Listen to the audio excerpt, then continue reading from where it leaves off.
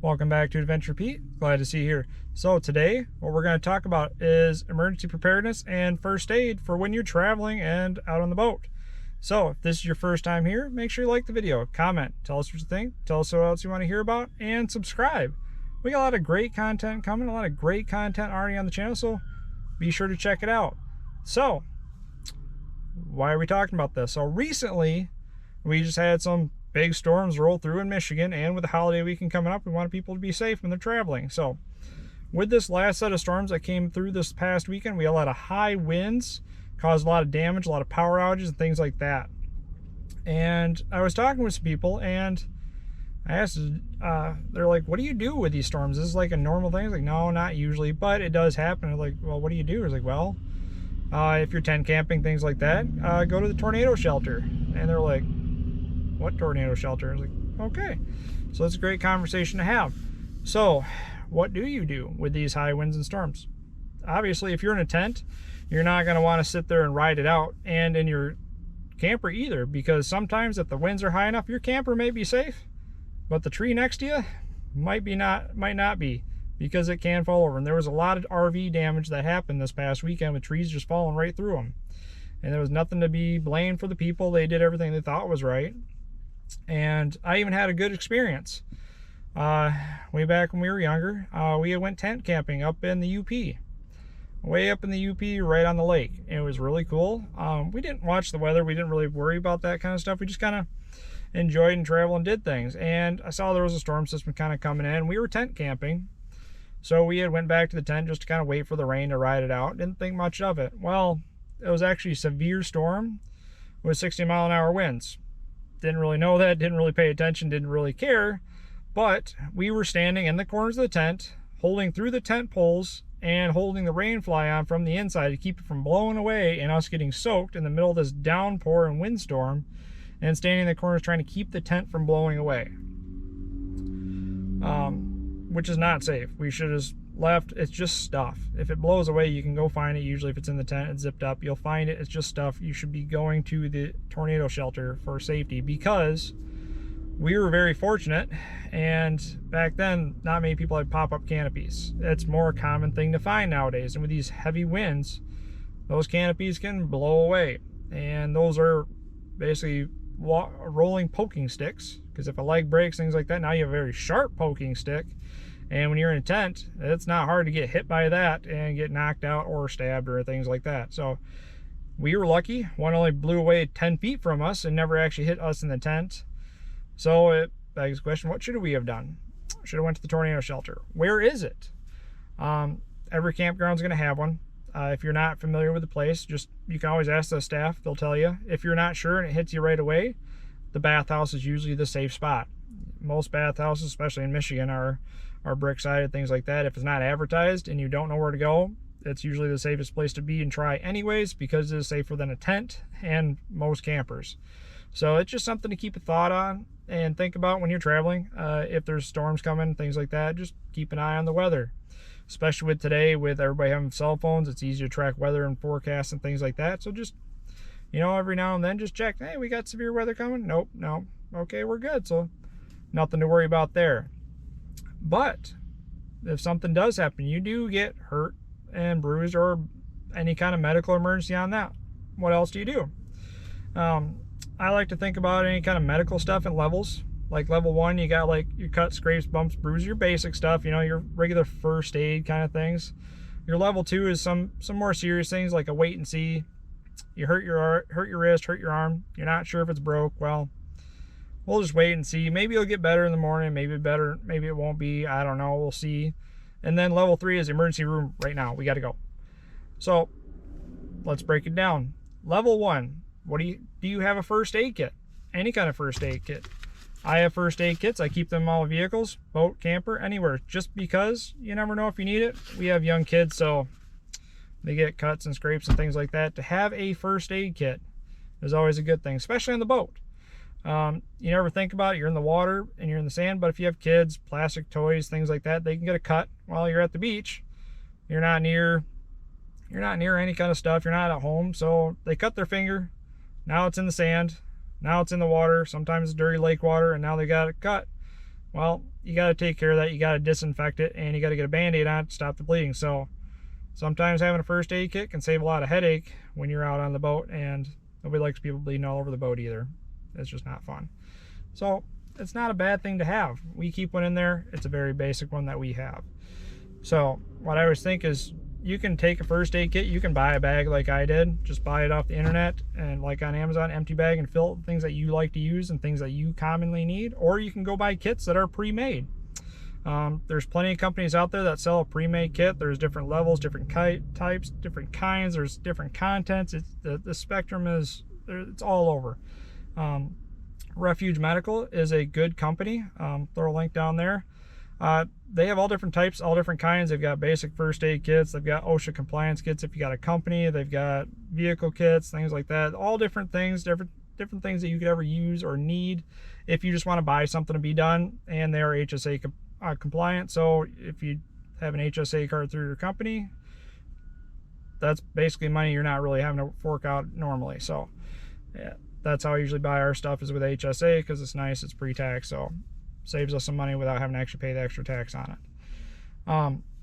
In your first aid kit, do you have Band-Aids? Because everything, cuts, scrapes, things like that, you need Band-Aids. Do you have antiseptic if it gets infected, things like that, to keep the infection out of it? Sunburns, do you have aloe vera, anything like that? Any kind of burn cream if they get like some burns from touching a hot poker when they're making s'mores, things like that. Kids, anybody, people have that. 4th of July is coming up, fireworks. Things happen, not on accident, or not intentionally, I guess, or on accident. Nobody wants to have that, but things happen. You have some burn cream, maybe some pain meds. Hurt your arm, hit your head, bump your head, things like that. To have some kind of basic ibuprofen or acetaminophen, basic pain meds, is really not a bad way to go. So that's kind of usually my level 1 stuff that I think about, just to kind of take care of it, life moves on kind of thing. Now, you get into your level 2, your wait and see kind of stuff. Well, kids, they fall off the playground equipment. You don't think about it much, they fall on their arm. Well, they come back, they're holding their arm going, ow, it hurts. Well, what do? It's not falling off, it's not really flopping around. It's like, well, it just kind of hurts them. Well, what do? You're not sure if it's broke, you're not sure if it's just sprained. Well, do you have some compression bandage to tie it up to secure it so it can stay there and recover? Maybe be better by the morning. Do you have a way to make a little brace or something like that for a wrist or arm or things like that? Do you have any kind of gauze for a bad scrape? You know, they fall off their bike, they skin their knee up. It's a bigger surface area than like a normal Band-Aid would cover, because scrapes across the concrete, suck. So to cover that bigger area, do you have some gauze to go with that wrap to, just try to keep the bleeding in, try to keep it covered so the kids can still go out and play and enjoy their day?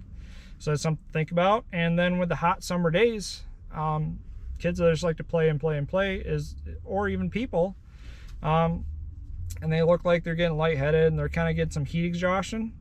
Do you have some cold packs or rehydration salts? Try to help them recover and get back to normal and get back to their day. Things like that. That's not like we're not rushing the emergency room, but it's kind of a little bit more than I just cut my finger, life is going to be okay kind of stuff.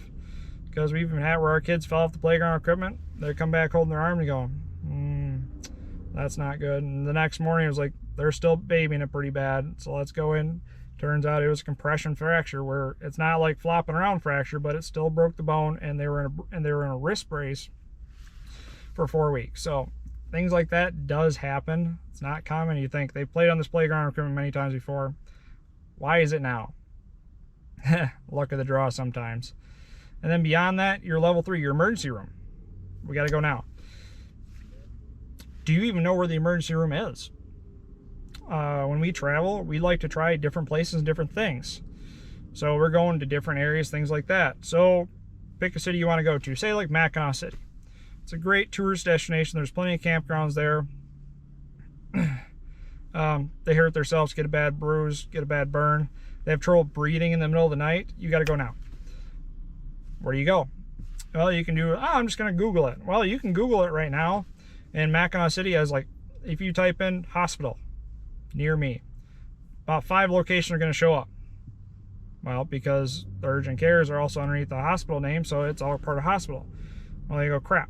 Well, think about it. You're doing this on the fly right now. It's an emergency situation. You got to go now. Like, okay, emergency room. Okay, that narrows it down. Let's go emergency room. Let's go find hours. Are they open? Are they not open? That gives you two options, both different directions. And if you're in Mackinac City, one is 23 minutes away, one is 24 minutes away. Okay, let's save time. Let's go. Well, that is north with that direction. So that means you are now going across the bridge. You're going to stop at the toll booth, pay a toll, and then you're going to get off and go around St. Ignace because the hospital is up there. The other hospital is 24 minutes away over in Sheboygan. Which one is the faster route? Last time I checked, you end up hitting some traffic. The toll booth, slows you down a little bit. So I'd probably go the Sheboygan route. But if you're in the heat of the moment, you're not thinking about it, you're not planning it, you may be going the wrong direction. No fault of your own, you just don't know. So I even like to think about it is, this is where I'm going to go. Let's look hospitals up ahead of time. Just hit the Google search, hospitals near me. And just like you're finding a local restaurant, type in the name and Google gives you, hey, hit directions. Just keep that page up in like a side tab in your phone. So if you ever need it, you just pull your phone up, find the tab, hit directions, and go. You don't even have to think about it. You don't have to worry about it. It's already there. Your phone will GPS you and get there. Do you have GPS? Are you comfortable with getting there? Are the person comfortable driving the vehicle? Do you have a manual vehicle, a manual transmission vehicle, and somebody doesn't know how to drive, but they need to drive? Things to consider. Even also, is there gas in the car or truck? Some days I'm like, well, I'm exhausted. I've been driving all day. I just want to get to the destination, get to the campground, get set up, and I'll get gas in the morning. I don't care about it, but I'm on E. Well, this stuff happens in the middle of the night. Do you got enough gas in the truck to get there? Some days I'm like, oh crap. So make sure there's fuel in the tank just to get there anyways. Things like that happen. On the very far side of the spectrum and things like that, the severe cuts and lacerations that can happen is with fireworks. You blow a hand off. Well, shoot, that's going to expose a major artery. Things like that. We've even had cannons blow up in Michigan where people are misusing them, things like that, and shrapnel went places. It was accidental, but it still happened. What do? You cut a major artery. You've got about 2 minutes to stop the bleeding before somebody passes out and expires. So I hate to say it, but sometimes it's nice to have a tourniquet. You're going to use this less than 0.1% of the time ever. It's a severe, extreme emergency case. It even took me a while to get used to the idea of even having one, just even in my first aid kits, because it's like, when am I ever going to use it?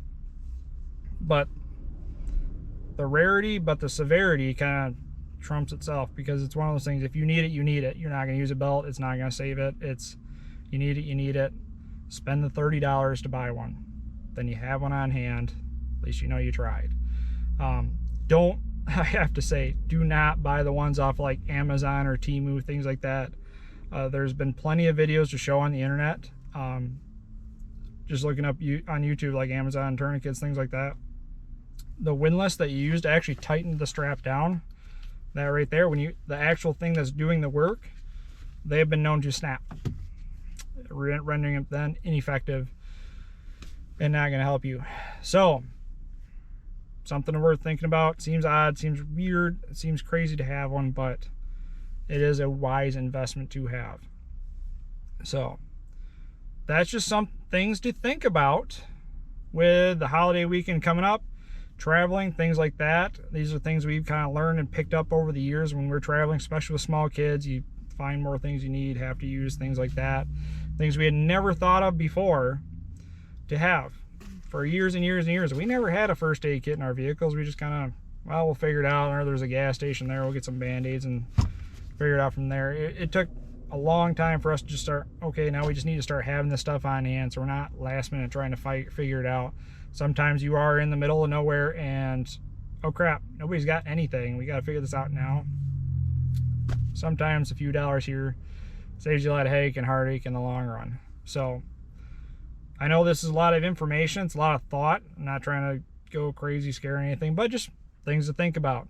If anything, have a first aid kit with you. It never hurts to have one. Band-Aids really don't go bad, except for the glue does go bad after 10 or so years, but a few dollars in Band-Aids here or there just makes your life a little easier. It's not a big deal. So just things to think about. The holidays coming up, accidents happen. Everyone makes the joke about emergency rooms start filling up on 4th of July. Nobody wants that to happen, but things do, especially with kids. Accidents, you know, your kid could all of a sudden start having trouble breathing in the middle of the night, and you got to rush them to the emergency room because things happen. They had an allergic reaction you didn't even know about. That's all stuff you got to plan for, things like that. If you never knew they were allergic to bees and they get a bee sting and then they're swelling up and you got to go, you got to go. So things happen. It never hurts to be a little bit prepared. I am all for safety and being prepared just for the medical reasons, because that's life. With that being said, I hope there was some value out there. We're going to have low production quality about this, but I want to make sure you got it out there just for people that are traveling. It's going to be a big holiday weekend for Michigan and traveling, so be out there, stay safe, and please like the video, comment, tell us what you think, tell us what else you want to hear about. Hey, tell us if you have a first aid kit or something that you carry that seems to be not very common, so other people can figure it out too, or I'd like to add it to mine too, honestly. There's other cool ideas out there that nobody talks about. I'm all for it. I'm all for learning something new. And if you haven't yet, subscribe. We got a lot of great content coming, a lot of great content out there, so be sure to check it out. And remember, have a great adventure.